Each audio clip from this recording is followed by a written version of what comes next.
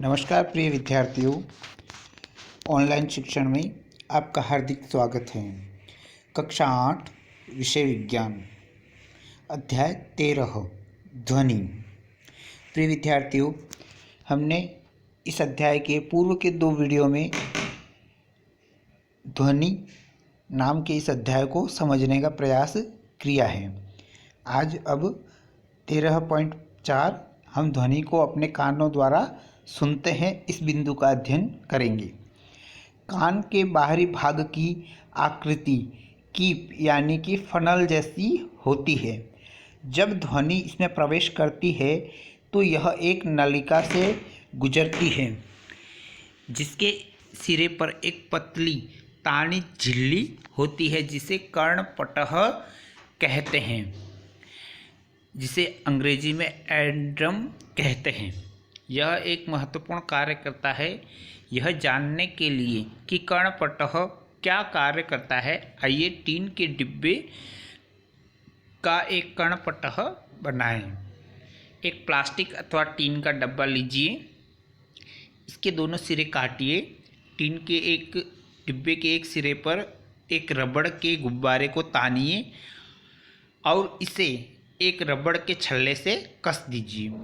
तानित रबड़ के ऊपर सूखे अन्न या थर्मोकोल के 4 या 5 दाने रखिए। अब अपने मित्र से डब्बे के खुले सिरे पर हुर्रे हुर्रे बोलने के लिए कहिए। हुर्रे हुर्रे बोलने से अन्न के दानों का क्या होता है? अन्न के दाने ऊपर और नीचे क्यों उछलते हैं? जैसा कि चित्र 13.5 में दिखाया गया है, यह बालक हुर्रे हुर्रे की आवाज़ कर रहा है और यहाँ पर अन्न के रखे दाने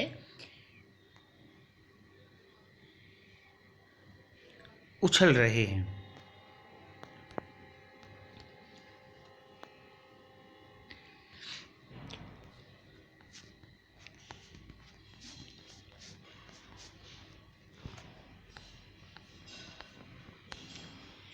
कर्णपटह पर एक तानित रबड़ की शीट के समान होता है।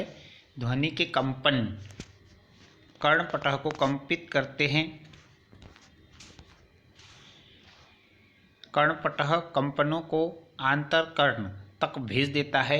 वहाँ के संकेतों को मस्तिष्क तक भेज दिया जाता है।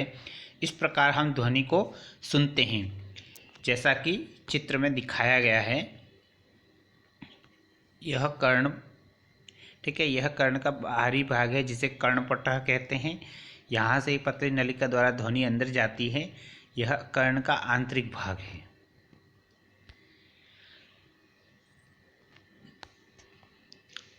हमें कभी भी अपने कानों में कोई तीखी, नुकीली या कठोर वस्तु नहीं डालनी चाहिए।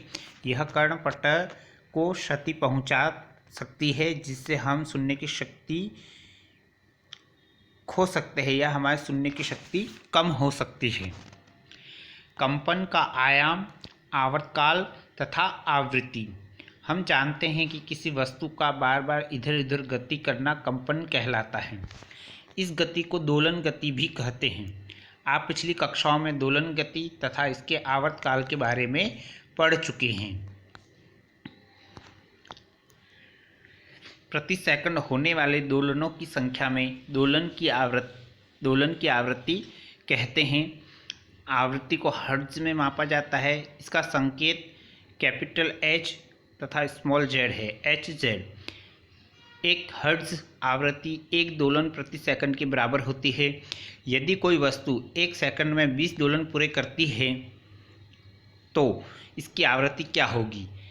ध्वनि उत्पन्न करने वाली वस्तु को देखे बगैर भी आप अनेक सुपरिचित ध्वनियों को पहचान सकते हैं। यह कैसे संभव हो पाता है? इसके लिए यह आवश्यक है कि ये ध्वनियाँ भिन्न प्रकार की हों। क्या आपने कभी सोचा है कि कौन से कारक इन्हें भिन्न बनाते हैं?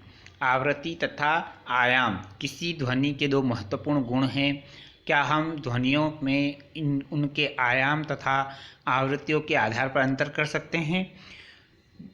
मेरा मानना है कि ध्वनियों की आवृत्ति और आयाम के आधार पर हम इन्हें भिन्न प्रकार में से समझ सकते हैं, इनमें अंतर हम समझ सकते हैं।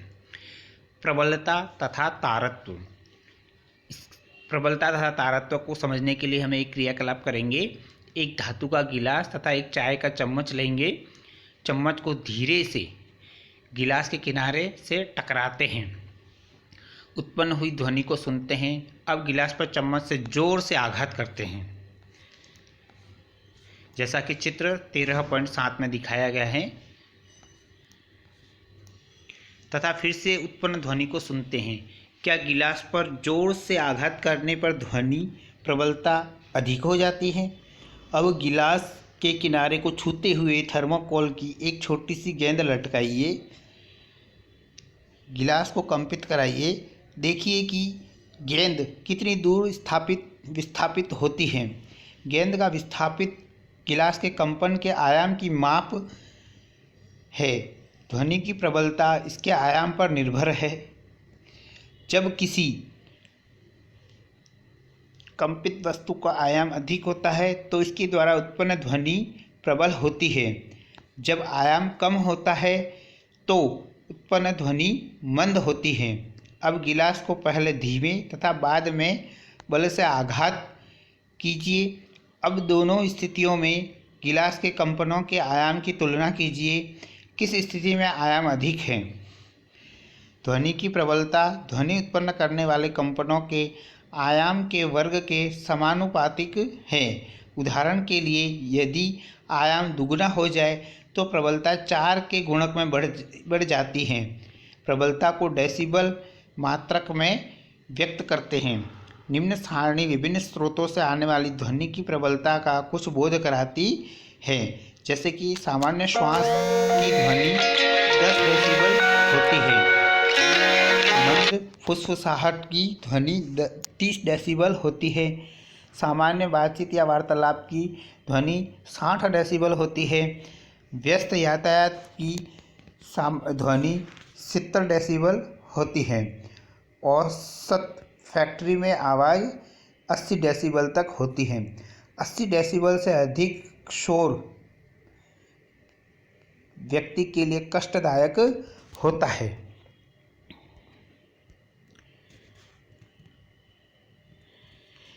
ध्वनि की प्रबलता इसके आयाम पर निर्भर करती है। जब किसी वस्तु का आयाम अधिक होता है तो इसके द्वारा उत्पन्न ध्वनि प्रबल होती है। जब आयाम छोटा होता है तो ध्वनि मंद होती है। किसी बच्चे की ध्वनि की तुलना एक वयस्क से कीजिए। क्या इसमें कुछ अंतर है? चाहे दोनों ध्वनियाँ समान रूप से प्रबल हो, फिर भी उनमें कुछ भिन्नता है। आइए देखें यह किस प्रकार भिन्न है। मैं चकित हूँ, मेरी आवाज़ मेरे अध्यापक से भिन्न क्यों है? आवृत्ति ध्वनि की तीक्ष्णता या तारत्व को निर्धारित करती है। यदि कंपन की आवृत्ति अधिक है तो हम कहते हैं कि ध्वनि तीखी है।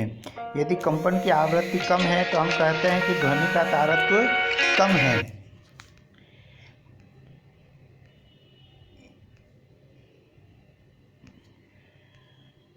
उदाहरण के लिए, ढोल मंद आवृत्ति से कंपित होता है, इसलिए यह कम तारत्व की ध्वनि उत्पन्न करता है। दूसरी ओर सीटीसी की आवृत्ति अधिक होती है, इसलिए अधिक तारत्व की ध्वनि उत्पन्न करती है।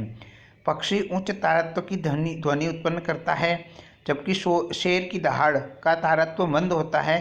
तथापि शेर की दहाड़ अत्यधिक प्रबल होती है, जबकि पक्षी की ध्वनि दुर्बल होती है। आप प्रतिदिन बच्चों को तथा वयस्कों की आवाज़ सुनते हैं।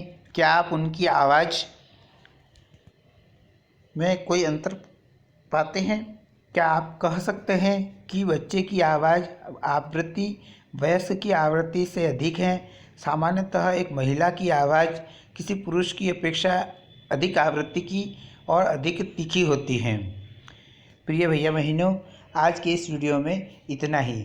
इस अध्याय का शेष भाग हम अगले वीडियो में समझेंगे। धन्यवाद।